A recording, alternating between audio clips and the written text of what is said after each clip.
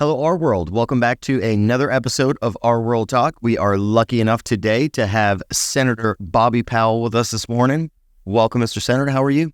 Amazing. I'm glad to be here with you this morning and super excited about this opportunity to speak to you. Well, the Realtors are certainly happy that you're here. We're excited to hear what it is that you have to say. Let's kick it off. First off, how's your family and how's your not-so-little daughter anymore?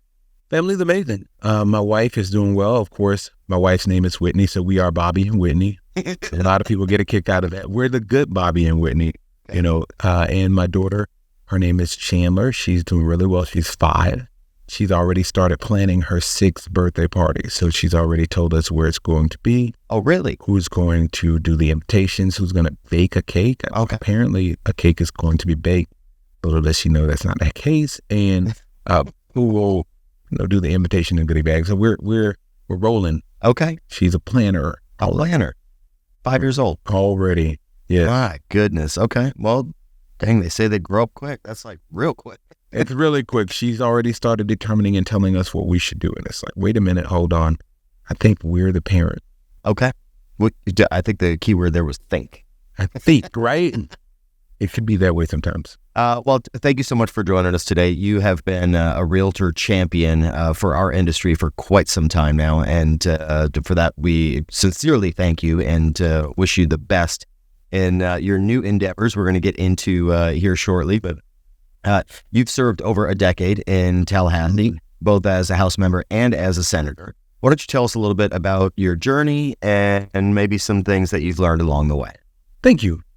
It's such a unique experience to serve in the legislature. I am one of the few who have had the opportunity to serve in both the House and the Senate, of course, being the upper chamber.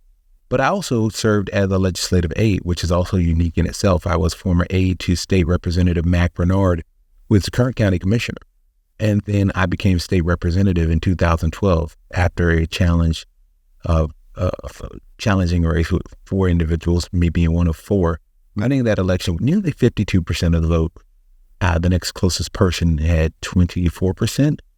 And then we ran again of course, I was reelected to the state house in 2014. And then in 2016, a wonderful opportunity came to go to the upper chamber. The upper chamber being the Senate. And it was a step, right? The Senate is a place, the House is a place where you grow. And the Senate is a place where you elevate to the next level in terms of policy making, learning, decision making, and really learning how to maneuver with the powers that be in Tallahassee. So in the Senate, I had the opportunity to go there in 2016 until 2024. I'm still a senator until November 4th. Okay. And in the Senate, I've been the Senate Democratic Leader pro temp. I have been the chairman of the Florida Legislative Black Caucus, and I've been really instrumental in pushing some tremendous policy that has helped shape some of the things that we do here in the state of Florida. It's been a really, really exciting journey. My family has come along the way. There have been changes. In 2012, I was a single man by myself, and in 2024, I am a married man with a child and, the opportunity to continue to grow an amazing family here in Palm Beach County. And since that time, I also bought a home between 2012 and 2024, and used one of my realtor friends to find what I thought was an amazing house at the time, what I still think is an amazing house. Beautiful. Well, fantastic. Thanks for supporting the economy. You know that every home sold creates, Every home sold creates 2 jobs and injects every 2 homes sold creates a job and injects $92,000 into the local economy. Is that right? Isn't that it?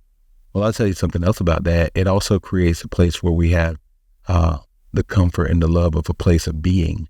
And in that home, we build community, friendship, relationship, and stability. So it's been wonderful for me. And I know that through the Realtors, we're continuing to provide that to so many other people in the state and country. Awesome.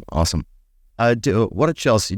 Every year our association travels to Tallahassee for GARD, Great American Realtor Days. Our visit with you is one of our favorites.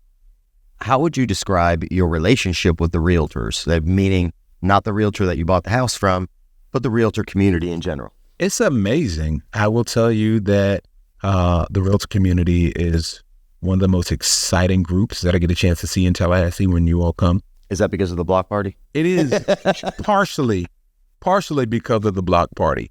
Great food, great drinks, and a great time. There's dancing, there's just enthusiasm. But really, the shot in the arm to the economy. One of the biggest things that I want to accomplish as an elected official, and I'm continuing to work in this direction, is to close the wealth gap. And the best way to close the wealth gap is the purchase of homes, right? The ability for somebody to purchase a home. And even if they can't purchase a home, there are realtors who help people find apartments to live in, places to stay, stability. And for me, it's so important. But when the realtors come to Tallahassee, we have a good time. I'm also responsible every year for bringing a board that shows the realtors Happy Realtor Day.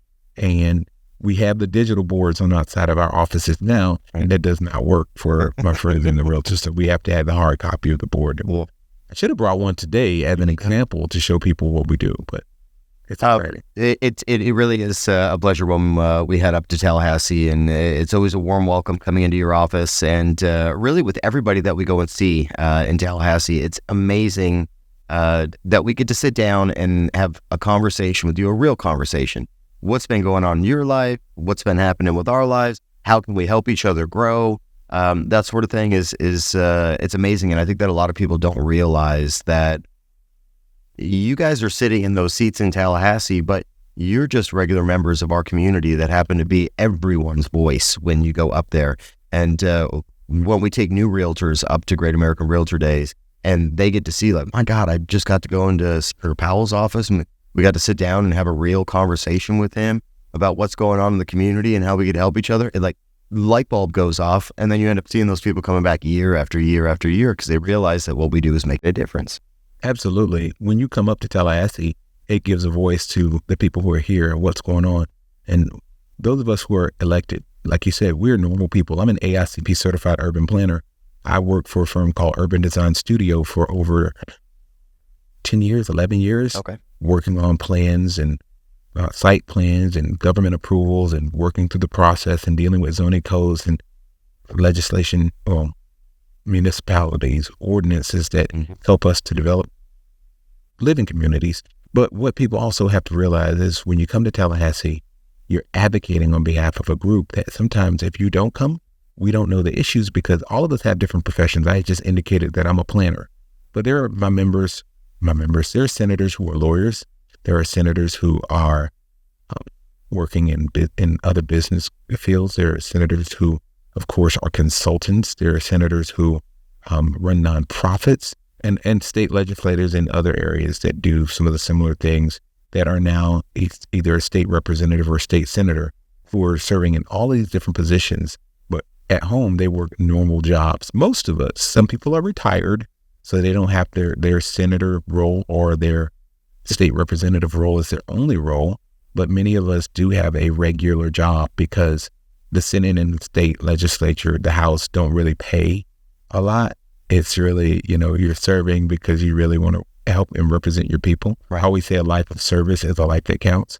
And that's really to indicate we want to help the people who we represent. And that's what we are. We're representatives. We're not kings. We're not queens. We're not standoffish. We're there to be your voice. Right. So that is super important. One of the things that I like about the realtors coming to Tallahassee is we bring a fact sheet. And on that fact sheet, it kind of lists the values of the homes in my area, my district, the increase from one year to the next, right, and the market trends and analysis of where we think we're going. And it's really, really good to be able to see that because it helps us to prepare for the economy as a whole as we come back into the district.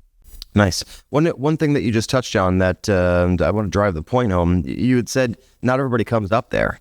So when we show up and we say, hey, these are the things, we always give you a package with our talking points and backup materials on the bills that we're talking about, why they're important to the homeowners in your district, all that sort of thing. And when somebody doesn't come up there and give you that information, you don't realize the impact of whatever it is that that they're trying to get you to understand. If they're not there sitting down saying, hey, this is the struggle that we're feeling, this is what we think would be able to fix it, this is where we could use your help, and really give you all of that information. I think I had mentioned on a previous podcast, there was a representative that we had went to see a few years back, sat down in his office, and I guess his aide didn't understand what that bill meant for the homeowner in South Florida. And we were able to sit down and say, this is our talking point. This is what we're trying to accomplish by sitting here today. And he went, I didn't know that. And I thought it meant the exact opposite. So he said, let me go and talk to my aide real quick.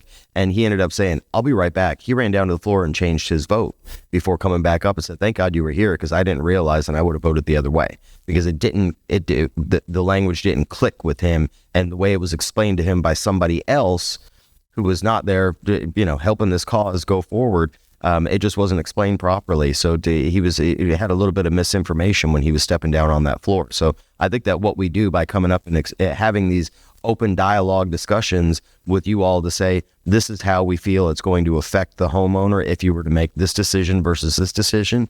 Obviously, it's working what we're doing. Absolutely. It makes a difference.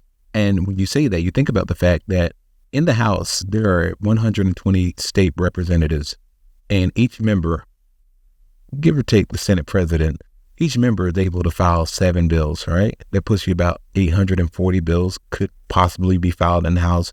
And that doesn't include local bills or repealer bills. Right.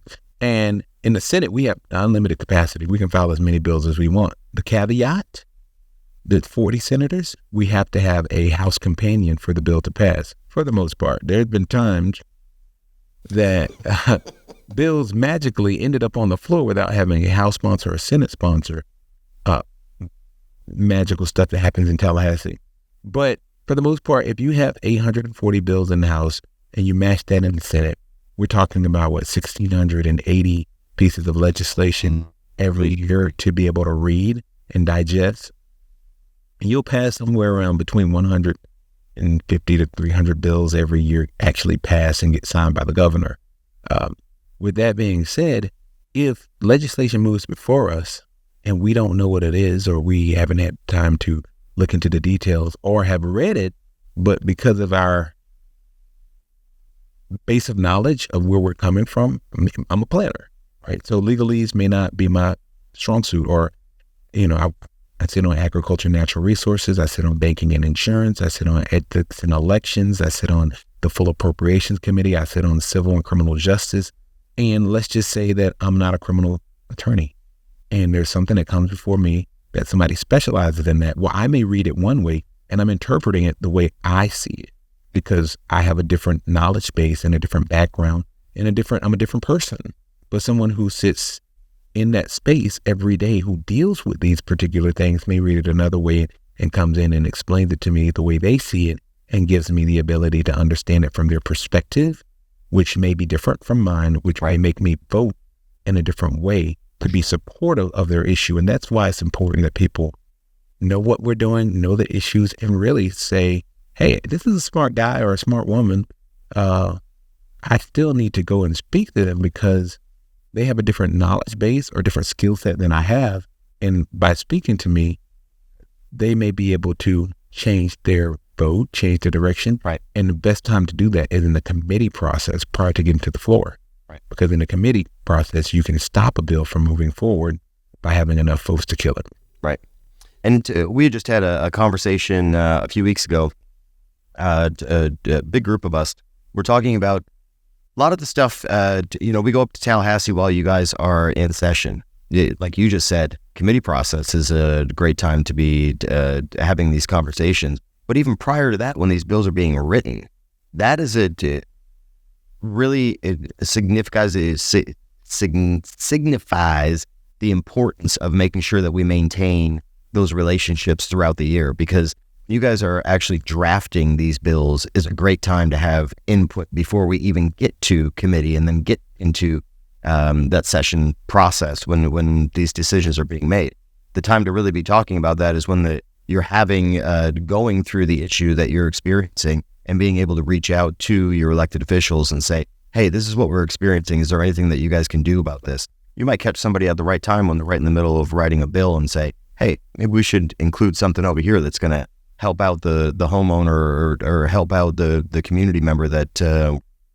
That's exactly what happens. Many times when we're putting bills through the drafting process and it's been published, you may see that bill and say, hold on, you know what? We can add this line to that legislation that would change this and make it even better. Or we can take this line out because this line actually does something that you didn't anticipate. It's an unintended consequence. And by removing this, it does what you had hoped it would do. Right. And the drafting process or the immediate process of publishing allows us to revise and amend legislation. That's why sometimes you will hear a bill referenced as CS for CS for CS or whatever. That's committee substitute for committee substitute for committee substitute for Senate bill. A bill to be entitled an act relating to housing, CS for CS for CS for SB 412. This kind of stuff, you get used to it. Oh, wow. Okay. That's a rabbit hole we're not going to go down today. Exactly. While we're talking about pieces of legislation, why don't we talk about some pieces of legislation that you're proud to have sponsored or co-sponsored? One of the pieces of legislation so there are several. And as I've indicated over the years, my concern has been closing the wealth gap and working with housing and homeownership. And really, last year we passed the Live Local Act, which I thought was significant and very important.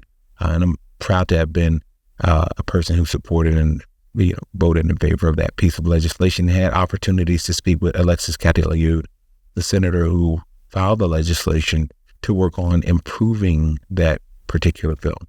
I am also proud to have filed legislation in the past. I have one of the bills that I filed back in 2021 here, and it is the bill that actually allows for us to waive the fees for affordable housing construction. It would authorize local governments to waive fees associated with enforcing the Florida Building Code for costs relating to the construction of affordable housing, and authorizing local government to adopt certain ordinances with exemptions to permits related to the construction of affordable housing. We have seen this continue to increase the cost of housing in Palm Beach County, right, but throughout the state of Florida. So we've been looking at innovative strategies to deal with that. Another bill that I actually filed and passed last year, working with Representative Gervonta Edmonds, is we passed legislation relating to FDOT. When FDOT prepares to construct a new road, they will purchase a number of lots along that roadway so that they can expand, right? Or they can develop that roadway in a manner that's most efficient for them. Sometimes using the complete streets process where FDOT will add bicycle lanes or reflective markers on the street so that people can see when they're driving at night. Well, many times, in many cases, FDOT purchases those surplus lands, and once they've constructed the roadway, they realize that even with all of the infrastructure improvements that were necessary, the creation of, additional, piping and drainage and the things necessary to construct a roadway, the rights of ways are wide enough. They realize that, we have surplus lots that we really don't need. And the first order of business is usually to be able to give the first right of refusal to sell it back to the original purchaser, original seller, at market value. So if you purchase my lot, or what may have been my home at the time, for $50,000, now the market rate is showing that that particular home or lot, no longer a home because it's been torn down for FDOT, that lot is now worth $100,000. FDOT could give you the first right of refusal to purchase that same lot you used to own for $100,000. Many times the original owner doesn't partake, but we've created a law that will allow FDOT to convey, that means to give away for free, those surplus lands to a municipality for the construction of affordable or workforce housing when they're working with a nonprofit. Game changer. Because there's lots all over the state of Florida that FDOT has purchased and they're now in surplus. And I would venture to say that any municipality who thinks they have surplus lots or who knows there are lots that are owned by FDOT, be able to reach out, inquire within FDOT to know which lots are owned by the Florida Department of Transportation and then move forward with the process to see if you can have those lots conveyed to the municipality for the construction of affordable workforce housing, working with a nonprofit like Habitat for Humanity and sometimes some of these housing authorities. Wow, that is interesting. I learn something new every day. I did not know that. And you're telling me this, and I know where I live, whenever I'm getting on the 95, there is a little community that's right on the right-hand side of the on-ramp, and it's just a strip of lots that you could tell there used to be homes on. So that makes a lot of sense why they're still sitting there vacant, because every time I pass it, I go, that'd be a great place to build some affordable housing. So that could be that FDOT is still holding on to that land, and we just need the city to go and get in contact with them and see if they can maybe pick that up to put some affordable housing there. Absolutely. It's definitely worth the inquiry. Wow. And if FDOT's willing, you have an opportunity to construct affordable housing in places where we really, really need it. Fantastic. Well, yeah, that is a game changer. So you've been through this process now. It's you've been in office for a while. We love everything that you have done. What are some words of wisdom that you would tell your younger self as a freshman entering your first term in the House? Keep going. Enjoy the process. I wouldn't change anything. I have loved every minute of it. There's been times where people will say, what's it like to be the state representative or the state senator? And I equate it to life is a process. I call it a series of moments. There's hills and valleys, and you have to live life. And if I could have this moment for life, I enjoy every moment because you don't know what's next. So enjoy the process. And that's what I'm doing. Like right now, I'm in a campaign. And the truth is, there's elected officials or candidates who often look for a race where they don't have to run against anybody. Yes, I didn't get an opponent. I like it. I think I look forward to the challenge. I enjoy meeting new people on my campaign. Right. I enjoy getting out into the community and finding out some of the interesting things about the people whose doors I knock on. I also enjoy finding out, who's not for you, right? Who you've known for a long time and they've seemed like they support you, and then they think there's a challenge and they're like, well, we're not with you. I love this, right? Because it reveals so much about other people and also reveals about you. I will segue into what I believe was the best advice that I may have ever gotten when running for office the first time. And it was from Pastor Verona Higgins Matthews, who ran for a county commission in 1996. Ironically, she was in a race with the original county commissioner for District 7, Maud Ford Lee. I'm sorry, I believe it's Maud Ford Lee and my opponent today. And she said, when you run for office, you find out who your true friends are and who your true friends aren't. And what does that mean? To me, it means that there are people who have been around me frequently, have said they support me, have done certain things, but I'm elected now. So while I'm elected and while I've been elected, those people have supported me and enjoy supporting me. But there's a challenge, and there may be, let's say they think, oh, well, maybe he can lose. Those people will jump over to the other side or not support you, or they're harder to get in contact with, right? It's not that they don't support you, it's that they don't want to be seen supporting you. And then you find out who your true friends are, because there's these people who you've really known in passing and rarely have paid attention to. And these are the main people that are calling you and asking for yard signs and sharing your stuff on social media and sending out emails on your behalf and making phone calls and showing up and volunteering. And you're going, well, how did I overlook you? How did I overlook you, right? You have not been the needy person who has called me every time that there's something happening in the community and you need me to show up, or you need me to write a check for your event, or come and speak at something. And you're just there supporting silently, while those who have been the squeakiest wheels have now become silent. And then the day after the election, which is always interesting, the people who either got silent during the campaign or avoided you or worked against you reappear. First ones to call. They're like, hey, man, congratulations on your election. I knew you were going to win. I just want to make sure that, you didn't need me. You didn't need me. I know I said a lot of bad things about you, but guess what? You won. I'm so excited. Now let's work together for the betterment of the community. And I am all about working for the community and realizing and recognizing, how to maintain relationships that are not, in politics. You have to maintain your mental and physical health and stability.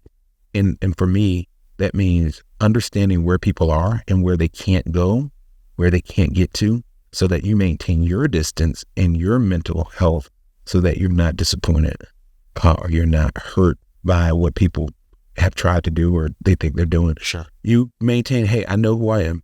And sometimes people forget, we're regular people. Just because we're elected and you have to take a lot more, you're required as a public person to take a lot more punishment psychologically. Things can be said about you that don't necessarily have to be true. Right. But you realize that there's some people who are affected and impacted way more than I am. For me, I'm elected. It's water off a duck's back, right? It's right. Brush my shoulders off. But for my wife or my sister or my dad or people who are close to me, they're not, and it impacts me when I see them upset. My daughter's 5. She doesn't care. She doesn't realize. She's like, whatever. I just want to see my daddy's sons. Yeah.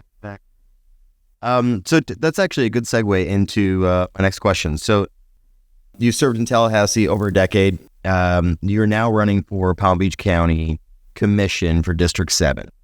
Yes. So thinking about all that stuff that you just told me, what continues to drive you to serve? You know what? There's so many things that continue to drive me to serve. I honestly believe that there really are opportunities to help people really build and close that wealth gap and also find out who they are. The most exciting thing in the world for me is to watch other people grow. When you see someone come in as a novice, I'm a former teacher, a substitute teacher, but teacher for 3 years, as well as a coach, football and track and field. And watching people come in who don't know the fundamentals and then watching them become who they're supposed to be, right? And even in the world of politics, for example, Riviera Beach City Councilman Roderick McCoy and I, we're close to the same age. I'm older than he is by a little bit. But when I started in the House in 2012, he was my legislative aide. And I watched him continue to learn more about the process. Neither one of us was political growing up. We grew up in Riviera Beach, Florida, didn't attend city council meetings, not political at all. But we started to realize that there were things happening in our community that we should have a say-so in. We grew up here. We should own this community, and we're part of it. So we started attending city council meetings and started going to county commission meetings and started going to meetings in the neighborhoods. And that led to me working for Mac Bernard, then me replacing him in the House and me bringing on McCoy as my legislative assistant, and then watching him continue to matriculate in the legislative aide role to then run for the Riviera Beach City Council and become a council person. But what's also unique in that is taking Javante Edmonds, who was a student at Florida Atlantic University, and he was trying to, give back to the community by giving out suits to kids in high school because he knew what a suit had done for him in terms of image and how it made him feel. And he came and interned in my office. He was an intern, 2014, interned in my office. From interning to one day me hiring him to be a legislative aide, and then in 2021, being in position to run for the state representative seat and overwhelmingly winning and becoming the state representative. So the most exciting thing for me being in this role is watching someone go from where they are and become who they're supposed to be. And what I challenge everyone else to do is be selfless as opposed to selfish. And you know where you are. You know where you've elevated to. Some of us get so stuck on our own success that we can dismiss others' success or suppress other people's success. But the world is a world of abundance. And if you take your success and combine it with somebody else's, it's not the 1 + 1 = 2 mentality. It's the 1 + 1 = 3 because of something called synergy. And if you work together without jealousy, which is not a spirit of the Lord, jealousy is not a spirit of the Lord. I hate to tell people, but if you work together, collaboration over competition can build anything. So it's really that opportunity in being in elected positions to help not just elected officials or individuals, but to help communities become what they're supposed to be by helping going to community meetings and saying, hey, I'm an urban planner, but guess what? You all have so much potential that's not being utilized, not being unlocked. Last night I was down in Boynton, and one of the questions in the community meeting was, we want more say-so in what happens at our county or city council or even city commission, our county commission. Well, you have to be there. 80% of the battle is showing up. If you don't show up, nothing changes. And it's okay to sit in a room with people who are like-minded, who are like you, and talk about all your issues. But nothing happens if no one goes outside of that room and explains to those who make decisions what needs to happen. And that's a lot of times what happens. People get in a room and they'll talk about things they want done, and they will assume, well, we elected you. By osmosis, you're supposed to understand what we need. It doesn't happen. Like I've been in elevators with people and I can feel a bad vibe, but I can't really feel what they're thinking. Like I can feel your energy, whether it's good or bad or indifferent, but I can't feel what you're thinking. I can't feel that you want me to say hello or you don't want me to say hello, right? Sometimes you get in an elevator, you look at a person and you're like, hello, and maybe they don't speak and you go, and maybe they didn't want me to speak, right? But you can't tell what a person wants if they're not willing to communicate it. And that's part of the problem. So for me, the biggest thing is, helping close the wealth gap, making sure people become what they are able and capable of becoming, and continuing to grow people and grow myself, right? Life is not a process where you stop growing. If you show me a person who is the same person at the age of 20 that they are at the age of 30, I will show you a person who wasted 10 years of potential. There you go. I love it. And you know what? This early on Friday morning, you're like setting everybody's mindset to be ready for like killing the day and having a fantastic weekend and trying to bring others up. I love that about you. Let's talk about your current campaign. So how is the campaign going right now? Phenomenal.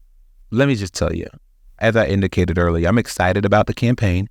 What we have done is we have worked together with the team to do a tremendous job of knocking on doors. We touched a significant number of doors prior to today. And we have also been really organized in terms of our meetings for endorsements. We've racked nearly every endorsement that you can get from an organization. Every endorsement inclusive of the Classroom Teachers Association, the Fraternal Order of Police, the Police Benevolent Association, the firefighters of West Palm, the county, the state, and Boynton Beach, the AFL-CIO, every major organization or union under the AFL-CIO, the Economic Council, the business leaders, and the chambers of commerce. We've received every endorsement. And the most important one that we got, the Realtor Party. Oh, Realtor Party. Come on. That's major. You know why it's major? We're happy. We're always happy to give you that endorsement. I'm so thankful to have it. And it means a lot. It means a lot because it's right in the area of where I need to go, right in the area of what I'm trying to teach people. Homeownership is the key. There are communities where less than 50% of the people own their homes. And these are communities. There's no stability if there's no home ownership. There's no stability if your children go to school and then in the afternoon when they come home, they don't know where they're going. Right. They're not sure if they're going to be at the same house or apartment because they don't own it, or, the landlord raised the rent and it's unstable and they've made friends so it's so important. That might be one of the top, it is the top issue in Palm Beach County, home ownership and the increased price of housing. Right. And that trickles down into so many other things, as you indicated with the economy and what it does for the economy, but what it does for the psychological or the mentality of everyone who is impacted by either having a house or not having a house. Right. And I grew up in a 3-bedroom house in Riviera Beach that was a wooden frame house. It was not the nicest house in the world, but guess what? Every day when I came home from school, from the time I was in pre-K to the time I was in 12th grade or even in college, that same house was going to be there. I knew where I was going. I can't say that for all of my friends. So there was a certain level of stability. If my mom was sick, I still went to the same house. If my dad lost his job, I still went to the same house. If somebody in my family died, we still went to the same house. So that was a level of stability that is immeasurable when you think about it at this age in my life.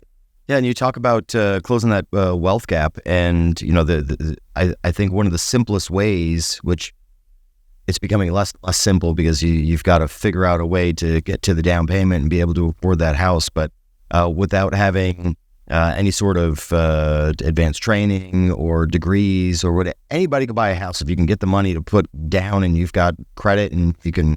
It's something that is within your wheelhouse of affordability, but I mean, that is the simplest way to start to create generational wealth that will be passed on from generation to generation is purchasing a home. And those house prices, we see real estate is cyclical and the prices sometimes fluctuate a little bit, but especially in the state of Florida, those prices just keep on going up. So it is like putting money into the bank, buying a house, and every time you make that mortgage payment, some of that money is going right into a bank account. It's not all going for it. Absolutely. And purchasing a home, honestly, it's the only purchase that you make that really there's no net like loss, right? You purchase a house for $400,000. The value of that house is still $400,000. So if you purchase that house, let's say you put $80,000 down, you purchase the home and you put $80,000 down into that house and you purchase it for $400,000, maybe $500 now. If you want to sell that house within a year or two, guess what? That $80,000 that you originally put down, you're going to get that back. You're going to sell the house for either more than you bought it for or about the same price. And there's no net loss. Right. So it's a win-win situation for housing. If you rent an apartment, and now the going rate is probably around $2,400 to interest rate in an apartment is 100%. Yes. You don't get anything back, period. There's a net loss of everything. So what are some of the main issues that you want to tackle when you get into that seat? Number one is housing affordability and really focusing on, we already have allocated $100 million to the housing bond. I say we, but the county has allocated $100 million to the housing bond, which was passed a couple of years by the voters a couple of years ago, to make sure that other $100,000 gets on the street rather quickly so that we can continue to build and make sure we build more affordable housing. And then maybe adding another $25 million in ad valorem so that we have more ability to build affordable housing within District 7, where there's a greater need. So we can put an additional $25 million on top of what we're using with the housing bond, then that creates this opportunity in District 7, which is one of the most populated or densely populated districts, includes the downtown area of West Palm Beach, includes a lot of the areas that are low income, to create housing opportunities that will be significant and will completely impact that area. So that's one of the biggest issues that I would like to tackle, is creating those housing opportunities. Another one is mental health and mental illness has been a tremendous issue in our community. A lot of the people who are homeless do suffer from mental health issues or mental illness, and making sure that we're able to kind of close that gap with a continuum of care to deal with people in a way that they are treated humanely and put in situations where they can succeed and thrive. Unfortunately, the state passed legislation last year that I don't think does that, by creating this specific area for people who are homeless to be placed at and have running water, and just it's not a good place. It's called the homeless bill, or the unhoused person bill that goes into effect in October. We still have to see how that works. Transportation is a big issue. Economic development, creating opportunities for smaller businesses to thrive in this community. That's amazing. And that's an integral part of what we need to do for success. When you talk about building an economy, a lot of the economy is based on the creation and the success of small business as well. Okay. You are a busy man and have a lot to do in order to make sure that you can secure that seat. So we are going to let you get out of here after one final question. We usually ask everybody to tell us about a South Florida gem that they really love, but we don't want to upset anybody in your district that might wonder why you didn't mention their spot. So why don't you tell our members who live in District 7 why they should support you as their next county commissioner. Absolutely. Well, I would ask that the people who live in District 7 support me as their next county commissioner based on a few things. I've had the experience of working in Tallahassee as a state rep and a state senator for 12 years. I have the opportunity, now many people have asked me to come back to Palm Beach County because there's a greater need and a greater opportunity to have more of an impact in Palm Beach County. But my skill set as an urban planner and my ability to work with people in the community, as I've indicated, collaboration and competition, really puts me above anyone else who's running for the seat. So as an AICP certified planner is a specific skill that's necessary in the county commission because a lot of the things that are dealt with are planning related and planning issues. My experience working in the government, working with current, former, and future state representatives, state senators, county commissioners, local elected officials also gives me a big edge in terms of dealing with that. And when it comes to really knowing the community and being out there and being present, being visible, being viable, I am obviously working to continue to do that and the better fit. And forward thinking, I'll tell you this, I indicated earlier, the continued growth. As a former chair of the Florida Legislative Black Caucus, a former delegation chair of the Palm Beach County Legislative Delegation, the current chair of the Palm Beach County Black Elected Officials Organization, where we're giving out scholarships to students as well as building our next generation of leaders, and the Senate Democratic Leader Pro Tem. As your next county commissioner, I will continue to evolve and continue to learn things that are cutting edge that will bring us into the next generation of how leadership should be done. We're on the verge of new technology. AI is being implemented and it's going to be instrumental. And I'm well equipped and uniquely situated to deal directly with that and to continue to look at all of the different strategies that will help to work to improve the county and the collaboration with those who are currently on the county commission. Of course, I served in the legislature with current Mayor Maria Sachs. I'm very familiar with Commissioner Greg Weiss and the commissioners who are there. Of course, Commissioner Bernard, who is District 7, who I'm working to replace. I'm very familiar with him as he used to be my boss. And then we worked together as he's been the county commissioner. I've been the state senator. So we have a really good relationship. He goes to the state Senate on November the 5th. And I finished the state Senate at 11:59 on November 4th. And there will never be a gap in coverage for the state Senate seat because I wanted to make sure that if I were to leave, that the constituents who I serve would always have good representation, and that's where we're at. So I would ask that people vote for me, Bobby Powell, in the August 20th primary, but they can vote now by mail, vote early from August 10th through the 18th, and then vote on Election Day on August the 20th. Well, fantastic. You guys heard it all right here. Senator Bobby Powell coming back home. Thank you, sir. Appreciate you being here, and we will see you all right back here next time on RWorldTalk.